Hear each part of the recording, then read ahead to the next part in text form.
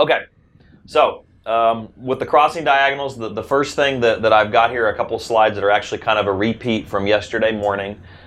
We talked about the fact that when you model something as a crossing diagonal, the code tells us that can we consider the crossover point a brace point? And there's some logic involved. It's a function of how much tension is in the tension brace compared to how much compression is in the compression brace. And if there's at least 20% tension compared to the compression, then you can assume that that is a braced joint. And so that's kind of a complicated thing to do by hand and determine. It's iterative. And so PLS has built that logic into the program. And so I'm going to talk about how do we actually construct our model so that we utilize that check properly. What I haven't mentioned yet with crossing diagonals is, again, in that general data window, so the data where we were changing the linear and nonlinear analysis, where we were changing the percent compression for the tension-only members. There's also, under that same window in the design checks, there is some selections that we can make relative to crossing diagonal checks. So, the first is that, there are, if you drop that drop menu, there's a whole bunch of different codes that specify different logic, I'll say, for how to do this check. So we're going to be using the ASCE 10 code, but there's actually surprisingly a significant number of different codes that handle this very differently. If you select the ASCE 10, then the percent compression force in the tension brace is kind of automatically grayed out for you at 20% because that's a code-defined value. Some of the other codes, they can be user input, and so they have a field there. But what I really wanted to talk about here was essentially what the program is going to do is it's going to do that automatic check for you. So it's going to say, you're going to define the crossover point as a brace point is what you're going to do in your model. And if there's not enough tension in the tension member, then the program's going to automatically change the unbraced length of the compression strut to something other than what you specify. It's going to modify. Generally, in almost all cases, what we want that unbraced length to go from, let's say, 50% all the way to the full length of the member. So that's what this field is talking about. This RL out is what PLS is talking about. And what they're really trying to say is, if I have a set of crossing diagonals and I'm going to model essentially this as my unbraced length here, so we'll say unbraced length. My member is modeled from here to here, so my RLX may be 0.5. If I don't have enough tension in this brace, then I want to look at this as my unbraced length, and so we're going to change it. The program's going to automatically change it, and they call it RL out to 1.0. We almost always do it this way, but the toggle here is if you wanted it to be something a little bit less. If you wanted to say, well, I really wanted to look at centroid to centroid of the connection, and so that's maybe 95% of the length of the member. You can change this to like a 0.97, a 0.95. I'll say it's something that we very rarely do, but that is what this option is for.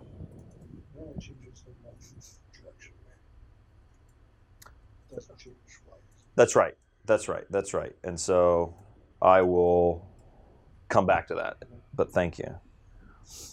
So the modeling rules. So if I want to engage this behavior in the program, what do I have to do? You have to define the group as a crossing diagonal. If I don't call it crossing diagonal, the program's not going to do anything to check it. As I said, we're going to assume the member is braced out of plane. We're going to assume that it is a brace point out of plane. And we're going to enter our unbraced length and eccentricity and restraint codes accordingly, assuming that unbraced length. Tower will automatically identify the crossing diagonals, check the tension load in the other member, adjust the input for the compression member accordingly. So if there's not enough tension, it'll actually adjust our input so that the buckling capacity is now considered the full length of the member. It is important that you specify the proper connected leg as Tower uses this information to decide how to adjust the values. I'm not going to go into detail as to exactly how it changes the values, but essentially the idea is that if you say that it's connected on, let's say, the short leg. So if I've got my brace here, and it's an unequal leg angle, and let's say I'm connected on the short leg, so we're kind of oriented like this, then the out of plane direction is the strong axis. It's the RLX. So it needs to know that, because if it's going to change the unbraced length, it needs to know which one of these two to change, because only one of them changes. So it's important to identify in the program whether something's connected on the short or long leg, specifically for that modification to take place.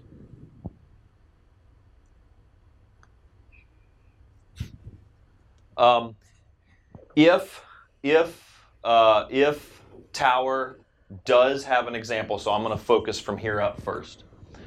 If you do have a situation in your analysis where Tower is going to be changing the unbraced length of a member, in its output report, it'll actually have a table to describe that for you.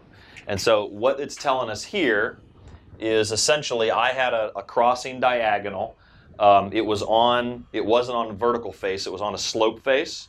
And so the brace point wasn't exactly at the midpoint, and I'll show you how to find that pretty easily within the program. But what we had done is we had specified the unbraced length in all three directions as basically a 0.55. And we had said that this was eccentricity curve number 2. So that means eccentric on one end, concentric on the other. In the analysis for, it does not show my load case, but in one of the load cases, I didn't have enough tension in the tension brace. So what it did was it changed my unbraced length for the out of plane direction, the unbraced length out, that's what the out means, out of plane direction. It changed it to 1, and it also changed it to curve number 3. And what ended up happening was there was a small decrease in capacity. So in the braced configuration, the critical axis was the z-axis, the weakest axis. So buckling about the weakest axis over this length gave us a capacity of 22 kips. And then when we're now unbraced from here to here, that's only in the out of plane direction.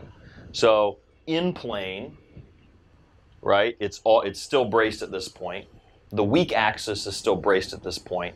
It's only one of the two principal axes that's out of plane.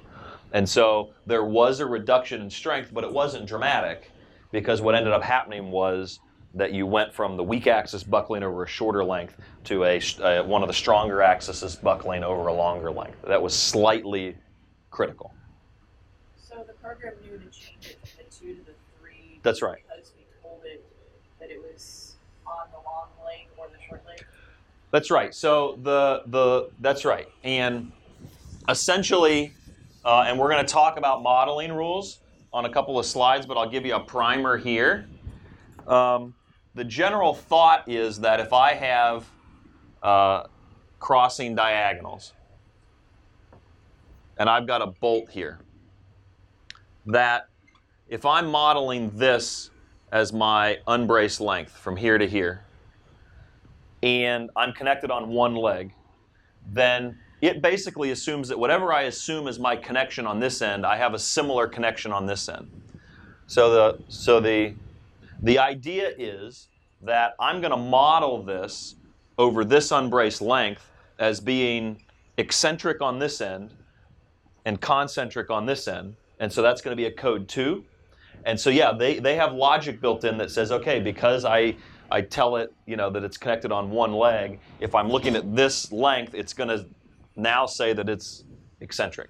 So it has that logic built in, and it also is doing the same thing for the restraint codes. So if I would have said that this was restrained, unrestrained, it's going to change it from restrained to restrained. So it does do that logic for you. They're only reporting, I think, whichever curve controls, whichever part of the compression you're on. But it will change it the other way if you're on the tail end of the curve, it'll make that change. Okay, so not too difficult. I got an example, but there is one special rule. This is a legacy thing that is, again, when they had the manual of practice, there was a special rule that they put in place, and they've kind of modified the modeling rules, but they've kind of kept this special rule in place, and it's the following.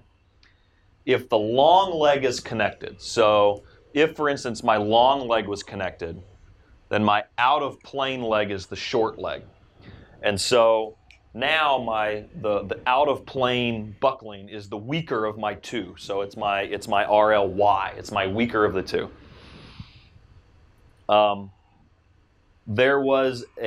rule is essentially that instead of assuming that the out-of-plane direction is braced at the connection point, you have to assume that the out-of-plane direction is braced halfway between.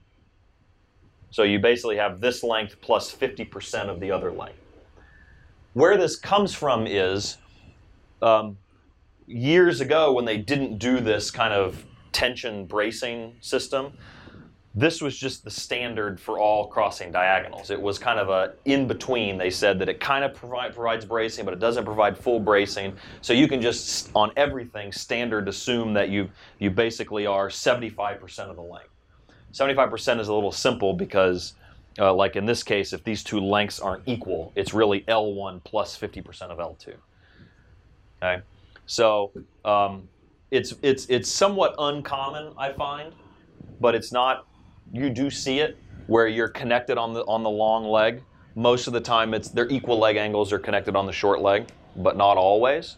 And so this is going to impact the fact that even if the tension member has enough tension, the unbraced length of the compression is still going to be assumed to be this 75% value. Make sense? I've already forgotten what you wanted to remind me to tell them. Okay, good. What's going on? There we go. So an example. I've got a crossing diagonal. Unfortunately, the text is upside down, but I wanted to orient so it made sense with the tower. So I've got these crossing diagonals here. It is an equal leg angle. It's a 2.5 by 2.5 by 3/16. And so the question is, how do I model this in tower? It's from a compression standpoint. So I'm going to model the piece from here to here. And as I've kind of already alluded to, because we are sloped, the crossing point isn't going to be at the midpoint. It's actually going to be somewhere between about 50 and 65%. And so the bottom of the X is always the critical length, not the top. The bottom is the critical length. I'll show you how to get this as an example here in a minute. But in general, we'll just assume that this is a 55% unbraced length from here to here of the full length of the member. So we're going to look at this end and say that this end is eccentric, connected, and restrained because there's two bolts on the leg. At this node, we say that there's no load transfer between the braces. It's just a bolt there to hold them together. So it's concentrically loaded and unrestrained. And so eccentric, concentric is code 2. And restrained, unrestrained is code 5. And my unbraced length in all three directions is going to be 0.55. Okay, so if it's equal leg, my X and Y are the same. But I could say that if I assume that my X-axis is the one that's acting in the plane of the screen, it's always going to be braced at 0.55. My Z-axis, my weak axis, is always braced at the minimum of what my X and Y are, so it's at 0.55. And my out of plane, my base assumption is I'm braced out of plane as well. That's the number that would get modified if you didn't meet the tension. Oh. I don't know if I have a tower model ready to open.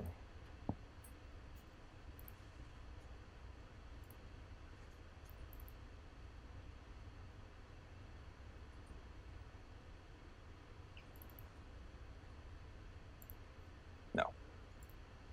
So let me do this. Oh, not F7. So I'm gonna, I don't know if this is the same crossing diagonal, but I'm gonna, one of the things that you can do in Tower is if you bring your cursor close to a member, so I've basically highlighted the group of the member. The other idea is if you come up here and there's an icon again to select joint info, member info, and group info. So if I say I want my group info, and I don't click the member, but I just highlight it. Oh, maybe I want member info. I'm sorry. If you click member info and highlight the member, you're going to get some information down here on the bottom. And they're going to tell you what the group that member is, but they're also going to say it's a crossing diagonal that crosses at 56%. So that's where you get that 0.56 value.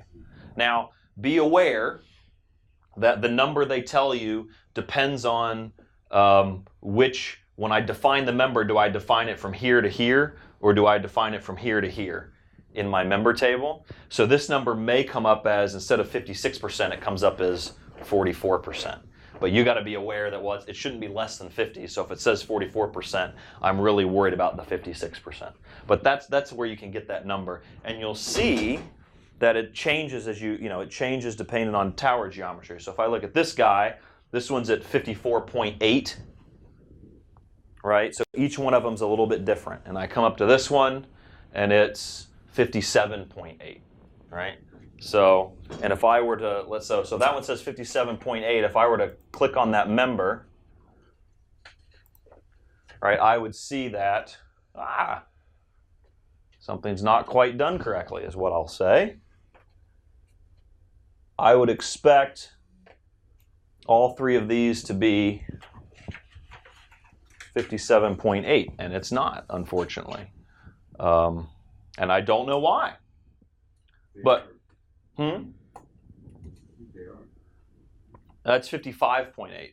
So I think, yeah, I think there might have been a typo, misread, error, or it was right, or it could have been something else. But in general, that's what I would expect. So this one's 55.9, and that one is 55.9. So it looks like there was maybe a copy-paste error on the one that I chose, unfortunately, obviously. But so that's where those numbers come from. And I don't know, let me see if there's an example here on this. Okay. Oh yeah, so here's is this another one? So yeah, so this is the tension only, but it's an illustration of the other point that I was going to try to make, was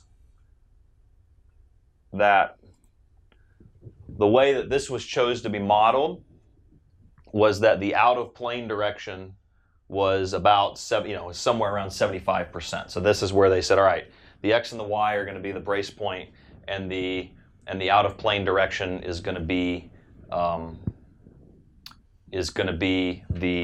basically the 75% rule is what I'll call it.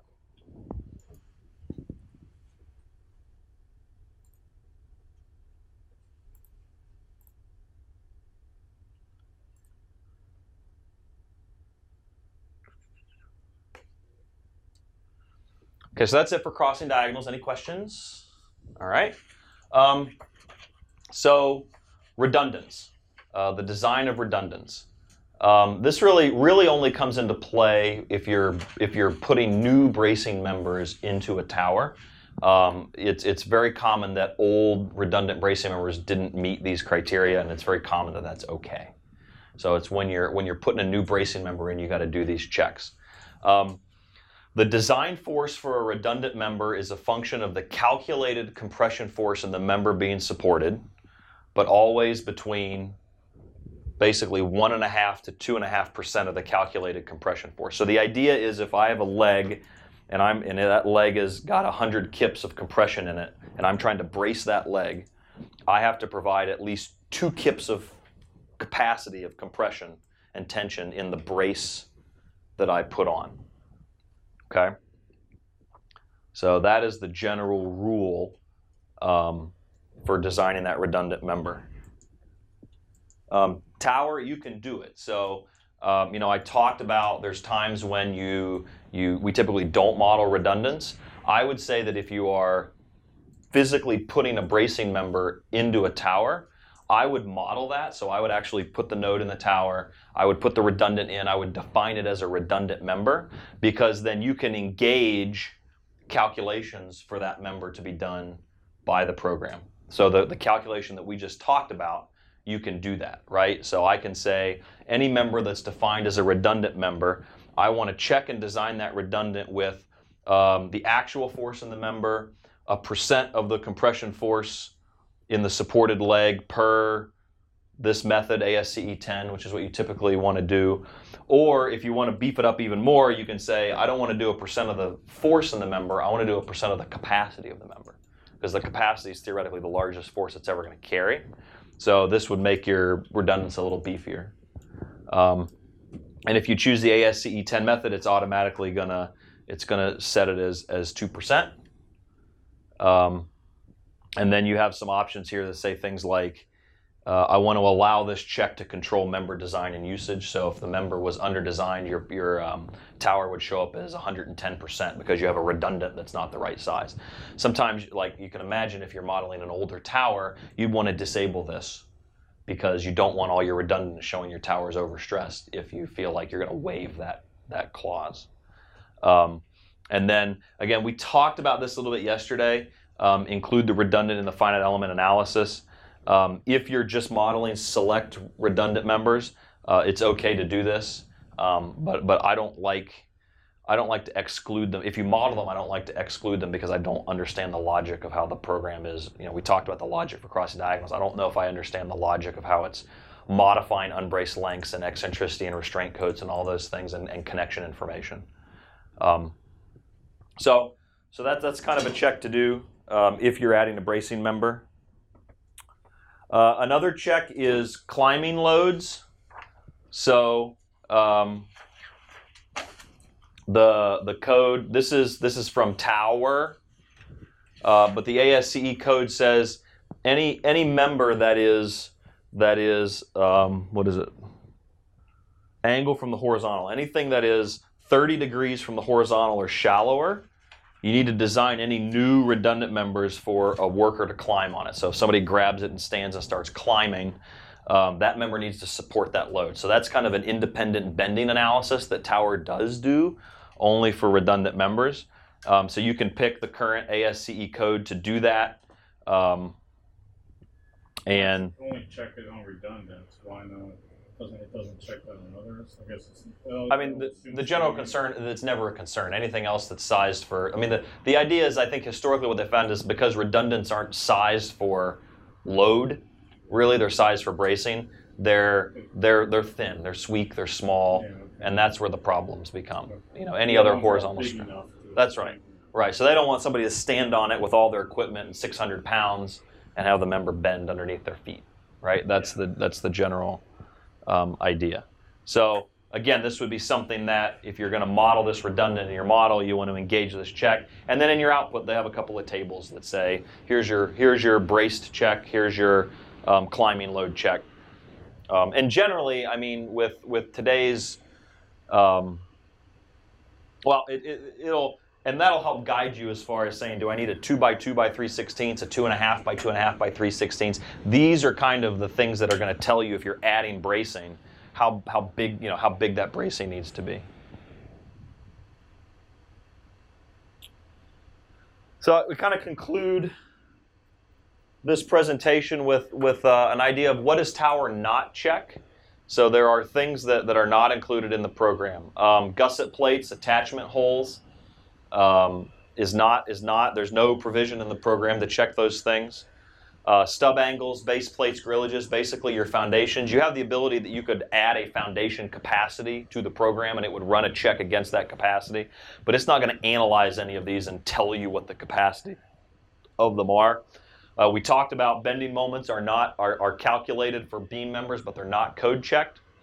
Tower does not do currently fall protection systems from the standpoint of it doesn't have any kind of automatic fall protection. I know, Chris, we've done some fall protection stuff in Tower. Maybe it would be worth, how do we go about that? Like, what do we do? Right. So I mean, we're manually going in and adding in the fall protection point load to different joints.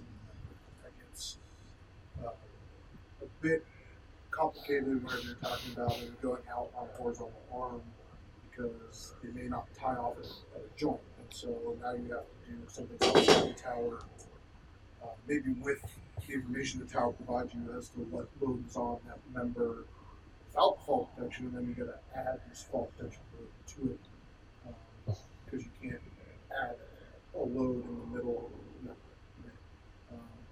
Other things you can do is add a joint somewhere in the middle and apply to it, but it's better to just do it all. There's other things that we've done where we know that horizontal member can't support the fall protection load in the middle of the member, so the full load. So we specify some drawing arrangements for the construction crew to go up, tie off onto the basket of the tower, and then use a pulley, or what they call a diverter, on the arm. So that arm is only seeing a fraction of the total fall protection load. It's still anchored to a joint up in the basket that can support that load. But that just gets complicated for the field crews to understand what they need to do. So it's not easy, but we can do some analysis. The last three are things, to be fair, I say that Tower does not check it. I'm not exactly sure. It might be possible to get these types of analyses done. Cold form angles, so basically cold form or steel that's a plate that then goes through a bunch of rollers and is kind of formed into different shapes. The provisions for this are included in ASCE 10, but would require a whole new material, angle library to be populated with the properties of these members. And so I would say that I'm not going to say it's impossible, but I've not done it, and I'm not exactly sure whether it would work with the code checks that are done. Kind of the same thing with aluminum is that I don't believe you can do aluminum, if only because this is the standard is dealing with steel, and basically aluminum design codes are different than steel design codes. And so I don't think there's a guarantee that you're doing the right design checks for a different, like an aluminum material. And kind of the same thing that when you get to like a triangle type communication tower, a lot of times you'll have angles that they bend them. They're called shifterized angles, where they close the angle down to 60 degrees. Again, you would have to build specific buckling RX, RY, RZ properties for that angle in your library in order to use them. So I don't want to be totally misleading, but I would say that these are typically things that you can't just plug and play very quickly and very easily. It would require a little bit more thought and detail to make sure that they get included properly. I'm just curious, do you know if PLS Tower is commonly used for things like that, like outside of the power line industry, is actually used for public stuff? I think people use TNX Tower. I know lots of good experience with that, and I think there's some proprietary software out there. Pencil has their own software, but I don't think there's any need for anybody else to use it. There's a lot of firms that do work in the power delivery industry, have PLS Tower, like us. There's plenty of others that then use that program for communication structure, so they have that ability built in. And there's some differences between programs. Yeah. So, I mean, I guess what I would say too is, I know if you go through the literature and the help manual and the manual of the program, there's a whole lot of information about, how they've built in the capabilities to do the TIA code, the telecommunications code, and they have examples for, large guide, kind of telecommunication structures. So I know at one time that was a big focus for them. I also know that the telecommunications code, the TIA code, just came out with a new update. And we asked whether they were going to incorporate that update into the program. And the response we got was probably not, because we don't get a lot of demand for that type of work. And so, I think that the program is designed, or was designed, to handle telecommunication only structures. But just from the fact that they don't get a lot of questions and demand on it, they know that it's really not being used a lot for that kind of application.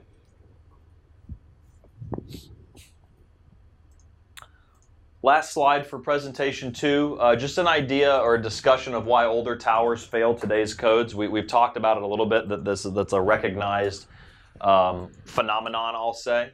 And we've touched on some of this, but we've got it all here kind of in one spot for you. One is the method of analysis. I mean, when you go back and look at even, I think, the tower that you provided me as an example, I do not find the graphical statics analysis, but there are things on the design drawing that lead me to believe that that was done with a two-dimensional hand graphical statics analysis approach. And so, when you're talking about the loads in the members, they're really looking at it two dimensions at a time, and the interaction between the two dimensions, or torsion and those kinds of things, are approximated at best. And so when we have this ability to do our 3D finite element modeling, you're going to find members that take more load than they were ever assumed to take. And I've got a couple of examples of that in our reinforcement. We talked about the slenderness limits for legs and tension-only members.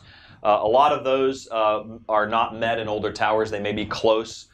Generally, the thought is if the strength is okay, the member's likely okay. So, if you analyze an older tower and it says, the L/R ratio is 270 instead of 250, there's no need to fix that, right? Now, if you know that your tower has a history of replacing that member because it's got vibration problems, or it's under strength or something, then maybe there's more of a reason for updating that member to current guidelines. But kind of historic success is allowed to be used in those situations. We talked about these minimum distances, and block shear was not a common check 40 years ago, and the minimum distances may or may not be met depending on who designed the tower when. The minimum distances in today's code is kind of came up through the manual of practice, but there's no guarantee that everybody was doing that 40, 50 years ago. There was a lot of people that might have been doing it, but now it's been adopted into today's code. So, we talk about if you have these rupture problems, digging in a little bit more. In other words, you can look at the rupture of each individual bolt per the code. Though you can actually kind of back calculate that, and/or doing the shear and tension paths in block shear to kind of try to refine that strength. But a lot of times we find that that's a problem because it just wasn't considered, and we find it now as saying it's a weakness of the tower. Be aware that historical buckling curves were different. So a lot of times on the design drawings, they'll actually list what the buckling curve was that they used for their design. A lot of them are very similar to what we do today, but they're not exactly the same. So you're going to get different answers. And you get something that's on the border, then you might have something that by their method was at 98% and now is at 105, 106. These adjustments for eccentricity and restraint were often not made. Ignoring restraint is conservative. Not adjusting for eccentricity is unconservative. So you can find where if you start adding these eccentricity codes, you're going to be decrementing the strength of your member. So there's cases where you use their design approach and it says, oh, this is the compression capacity, and you use today's, and it's not. And again, like we said, you can use historical performance of a tower to justify accepting overstresses and those mild overstresses and those kinds of things. But just kind of a list of some of the things that might be reasons why, even if you're not changing anything, right? I'm just analyzing an existing system that's been out there for 30 years, and I've got an analysis that says no good, but it's been out there for 30 years and it's been fine. So that kind of concludes that, I guess. Any questions on the stuff I went over here this morning? Maybe it'd be worth talking about a little bit how to view these things when you run an analysis. It might help some of our future discussions. I got a tower model up. This is one of the Frackville Columbia towers. and I ran the analysis. But what I wanted to do was kind of go through this. There's this, basically they call it 3D controls. So you've seen me manipulate a tower, the views from this 3D controls. Basically, this box you can toggle on and do anything you want as far as what you want to see. So the first thing I'll talk about is there's different views that they'll do to show the tower. So right now I'm looking at just like a line model, but I can look at it in a wireframe. I can look at it rendered. Rendered is nice because everything is a little bit thicker. The colors stand out a little bit more. It'll do kind of like a wireframe, but it'll remove hidden lines, so it's a little bit more. If I zoom, oh come on, there we go. It looks a little more less confusing when the hidden lines are removed. Be aware that they're kind of drawing the angles here haphazardly because we're not identifying exactly how the angle is oriented, but it's different ways to view the structure.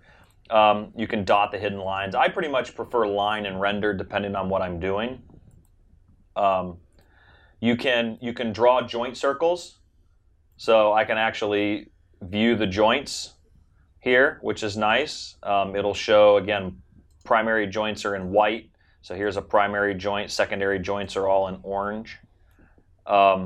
You can show lots of different kinds of labels. So my joint labels, I can show the label for all the joints, which I can turn on. I can limit that only to, we'll call them hide symmetrical labels, right? So we're dealing with symmetry. So if I only want to look at the joints I actually input, I can do that. And then it's only showing me the actual joints I'm defining in the tables, and it takes out all the ones that are created by symmetry. So there's a toggle down here for that. You can show set and phase. So that's, again, helpful if you're trying to link to PLS CAD. You can show how you've oriented your sets and phases. So that's your joints. If you've run an analysis, which I have, you can actually display the loads. So I can look at the XYZ components of the loads. Maybe. Oh, I have to get back to that in a minute. So for loads and member labels, let me back up. Let me go over to actually member usage. So I talked about all the colors that you can display. The default when you run an analysis is that it's a color code by usage. So teal up to red, red's anything over 100%, and those members will show up like that. What's really kind of important here is that you have two different things to display. You can display all of your like geometry, so the geometry of your load case, the deflection of the tower, and all of those things. You can select basically any individual load case. You can select a group of load cases if I want to see kind of, I knew that was going to happen eventually, multiple, if I want to select multiple load cases, I can actually come and select multiple load cases, and it'll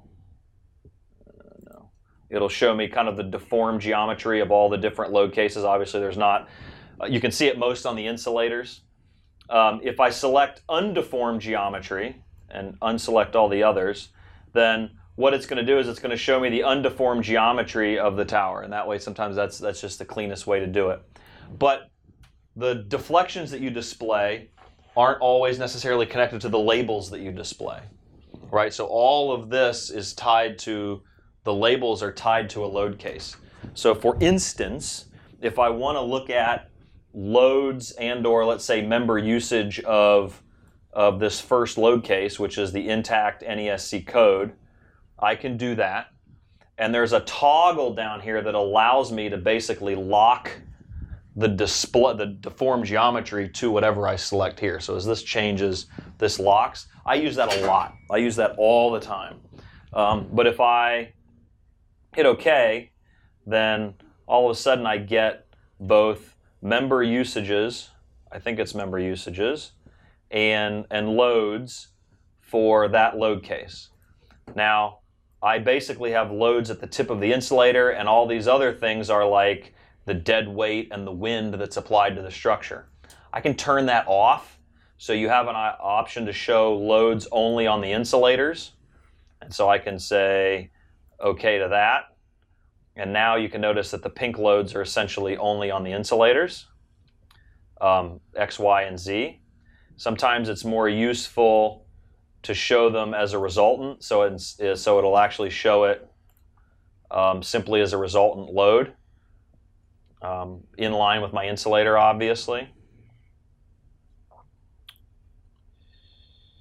You can actually show, if you're interested in where the PLS-CAD wires are in relation to the load case that you're generating. It will show that as well.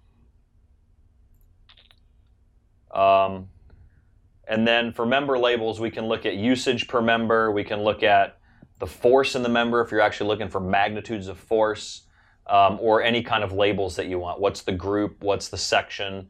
What's the member length? You know, you can display all those things. So I can come in here and actually get the length of every member if I'm interested in that. From a usage standpoint, you can display labels only on the overstressed members. So in this case, for this load case, I actually don't have any overstresses, so I don't get any labels. Nothing's in red.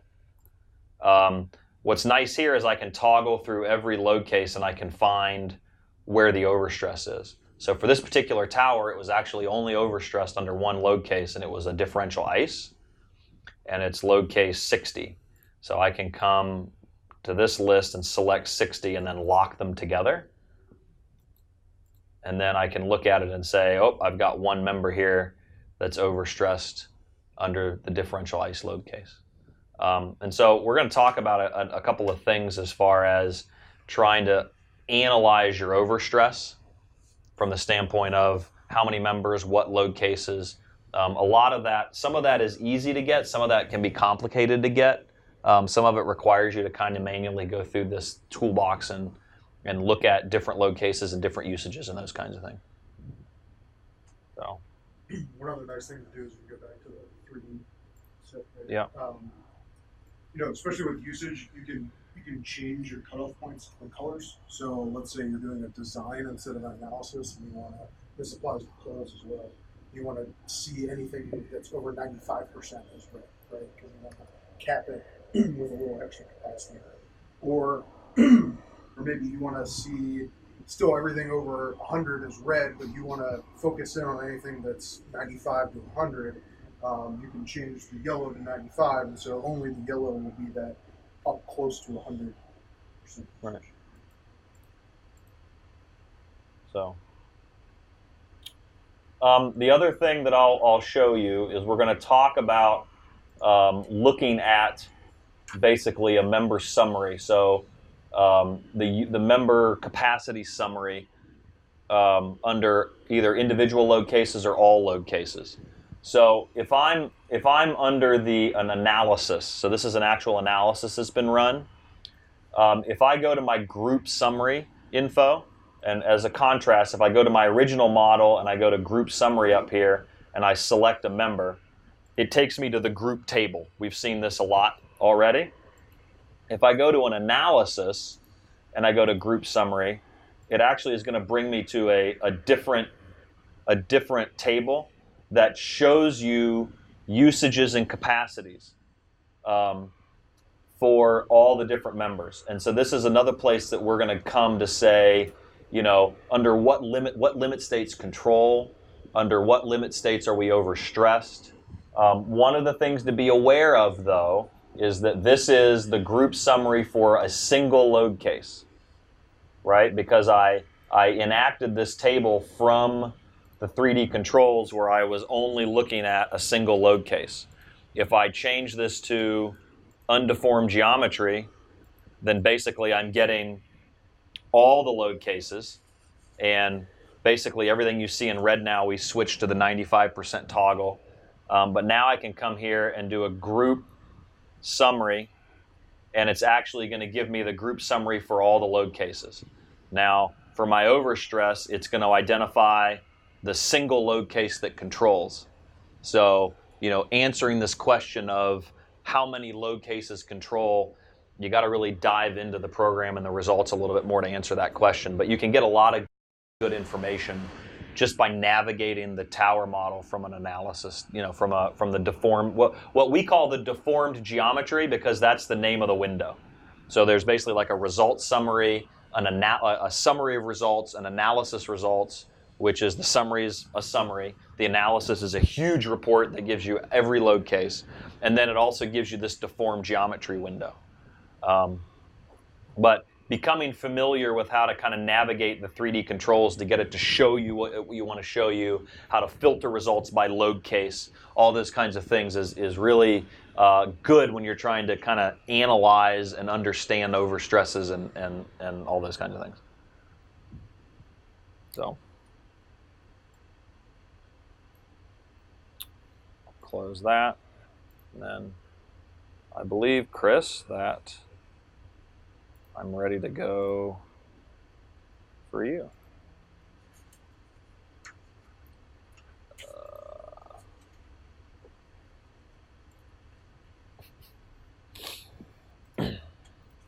So I think everybody, you handed these out, everybody's got a copy of the reinforcements. All right.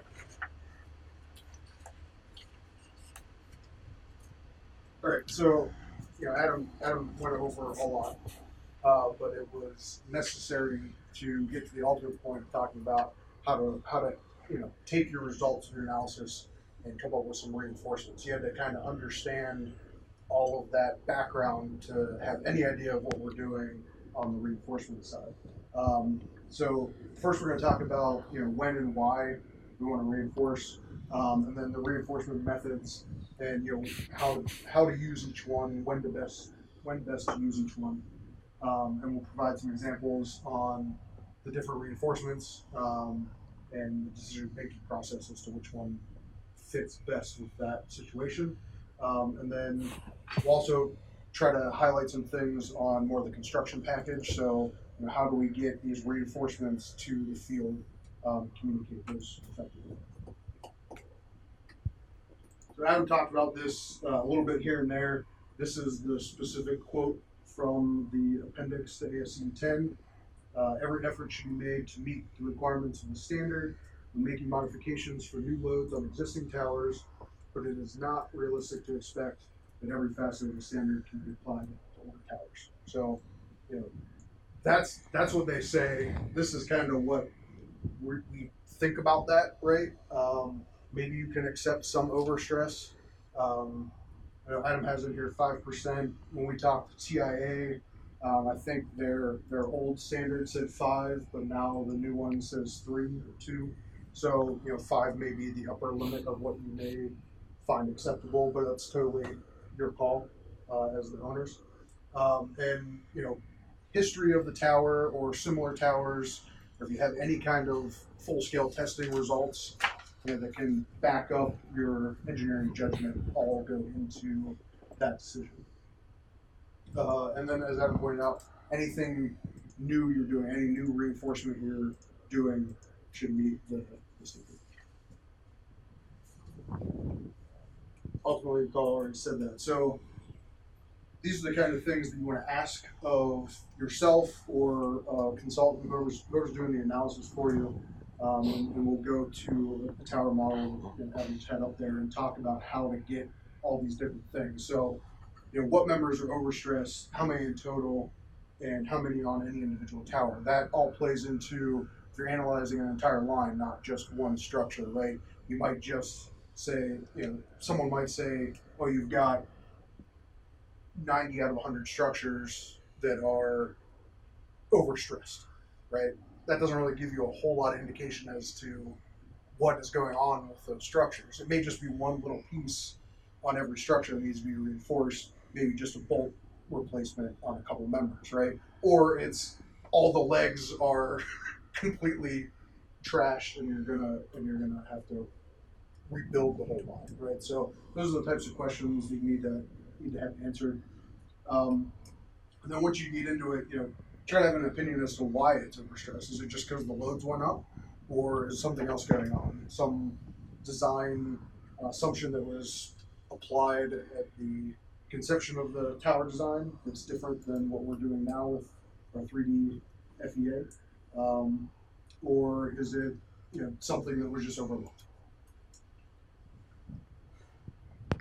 You want me to? Yeah, go to the tower. All right, so let me try something. Let me try 59 maybe. So I'm gonna, basically the easiest way for me to do this, I've figured out which structures on this line we've used certain reinforcements on. So I'm gonna just kind of go and open those structure models. Did this one even need any reinforcement? Hmm? Did this line even need Yeah, the Fractal Columbia line had a lot of reinforcements on it. But, so I'm looking at kind of the unreinforced models is what I'm looking at. Oh, Fractal Columbia. It's traction. Huh? It's traction. Oh, is it? You gonna talk all about Core 10 at all, or stay away from that one? We hadn't planned on it, but we can try to. I'm just curious. Well, we talked to you guys about this. Do you do any sort of reduction? Is there any way to do any sort of reduction because of the capacity, possible reduction of the joints and stuff like that? I mean, there's ways to do it, and we'll get into some of the details and some of the reinforcement, how to kind of change some of the parameters of different steel libraries that you're referencing. So you have to do it in there. It could get pretty cumbersome, I think. I think there's ways to do it. I've done it before on pole structures. That was pretty simplistic because it's just one member near the ground line, right? Yeah. If you're talking about weathering steel, you're talking about pack out on every joint, that can get really intensive. And I would say part of the challenge is that, I handed out that table of how all the different variables and where they're used. Mm-hmm. The problem is that, with the weathering steel, if you're worried about, corrosion at the joint, the member thickness as you input it into the program is utilized for multiple limit state checks. Yeah. And so, if you just say, well, I want to take a 1/16 of an inch reduction, if you change that angle property to be reduced by 1/16 of an inch, you're potentially impacting other limit states that are not just the one that you're trying to reduce. Yeah. So that's what makes it really difficult. You may have to go in there and just add more number of bolt holes out.